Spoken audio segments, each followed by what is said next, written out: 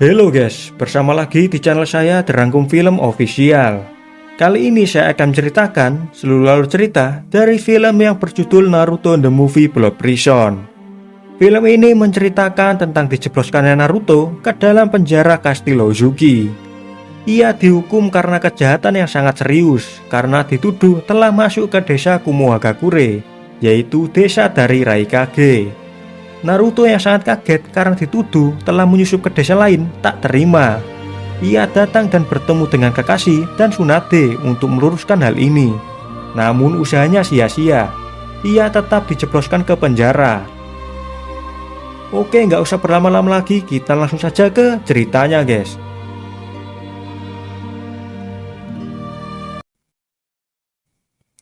Cerita diawali dari konflik di Kumohagakure yang mana Raikage dan petinggi lainnya merundingkan tentang kota harapan. Konon katanya kota itu pernah digunakan oleh negara Kusagakure di masa Rikudo untuk menguasai dunia. Tak lama setelah itu muncul shinobi yang mengacau di tempat Raikage. Dan ternyata itu adalah Naruto. Shin berpindah ke Konoha, yang mana Naruto dituduh menjadi pembunuh di Kumohagakure atas kejadian kemarin.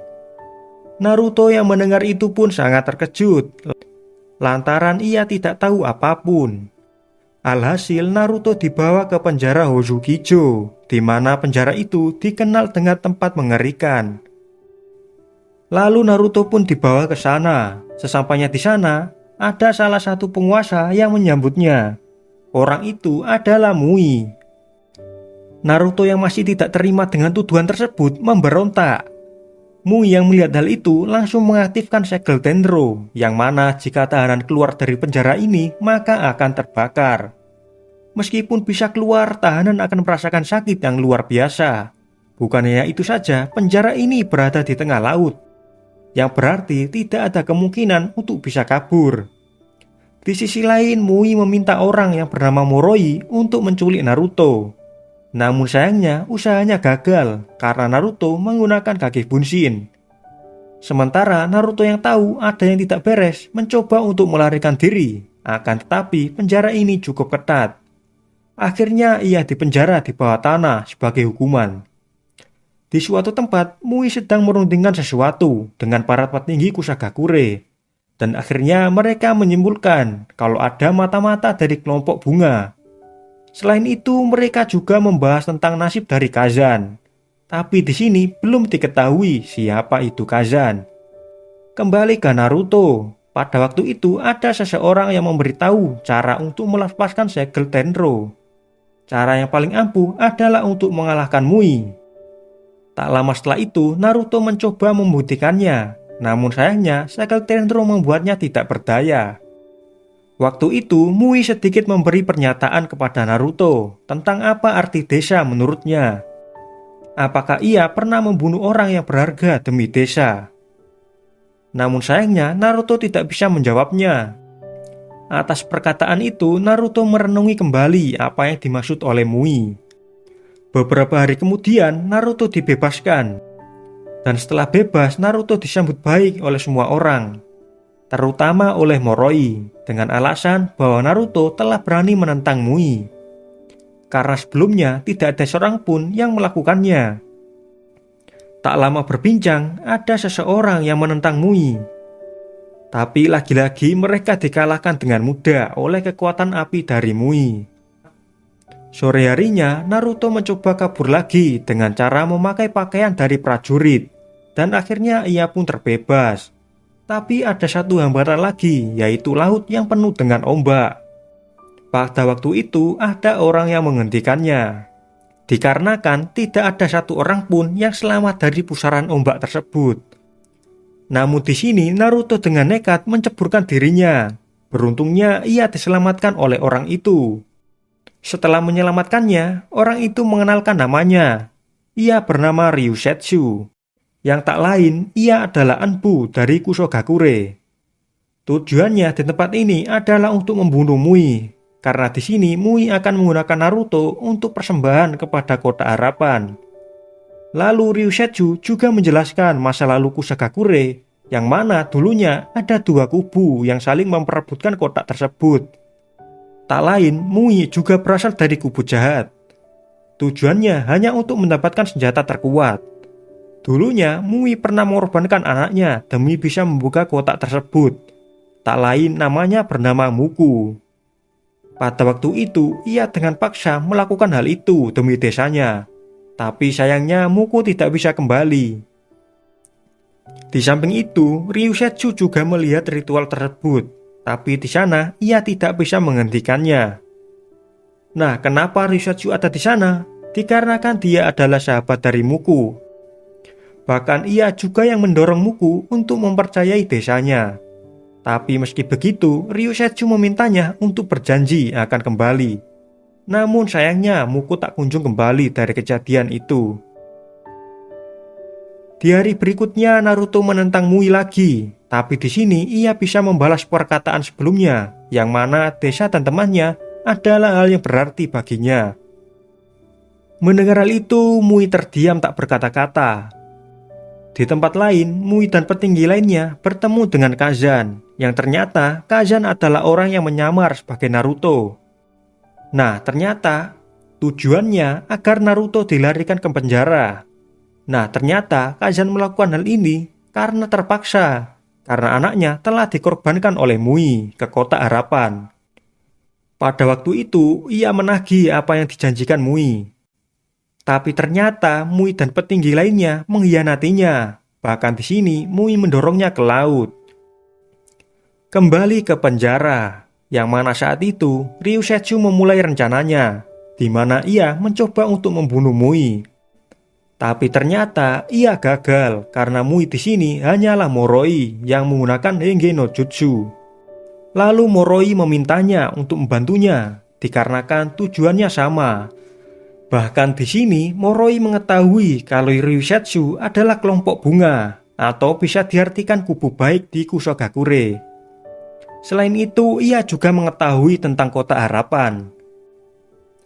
Di penjara bawah tanah, Naruto sedang bertapa untuk menyerap energi alam. Dan yang keluar adalah dirinya yang asli.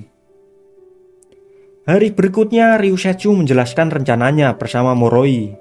Setelah mendengarkan hal itu, Naruto pun menyetujuinya. Pertama, mereka akan membuat kerusuhan di penjara. Tujuannya untuk bisa pergi ke ruang rahasia dari Mui. Alhasil, Naruto bisa pergi ke tempat tersebut. Tapi tak disangka, Naruto malah dijebak. Bahkan Mui juga ada di sini sebelumnya. Pada akhirnya, Mui meritualkan Naruto untuk dipersembahkan ke Kota Harapan. Dan alhasil Kota Harapan itu aktif. Setelah mengaktifkan kotak tersebut, Mui mengkhianati para petinggi Kusogakure. Lalu ia meminta kotak tersebut untuk mengembalikan anaknya. Karena sejak dari dulu inilah tujuan aslinya. Melihat Mui yang berkhianat, para petinggi Kusagakure mencoba menyerangnya.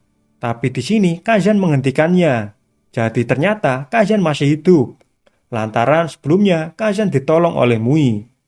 Kemudian harapan dari Mui terkabul, di mana Muku bisa kembali. Melihat hal itu, Mui sangat senang.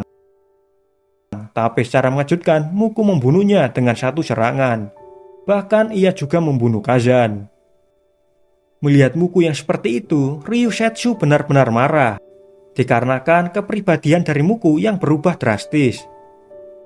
Setelah mendengarnya, Muku berubah menjadi monster. Selanjutnya Muku menyerang secara membabi buta. Tujuannya untuk memasukkan manusia ke dalam kotak tersebut. Atas peristiwa itu, Naruto mulai serius. Lalu Naruto menggunakan Senin Mode. Jadi di sini Naruto tidak menggunakan cakra dalam tubuhnya. Maka dari itu, ia bisa menggunakan cakra tersebut. Naruto kemudian mencoba menghancurkan kotak itu tanpa membunuh Muku. Akan tetapi kotak itu terlalu keras. Bahkan di sini Naruto tidak bisa menyerang Muku sekalipun. Meskipun begitu, Naruto tidak kehabisan cara. Alhasil ia pun memanggil Gamabunta.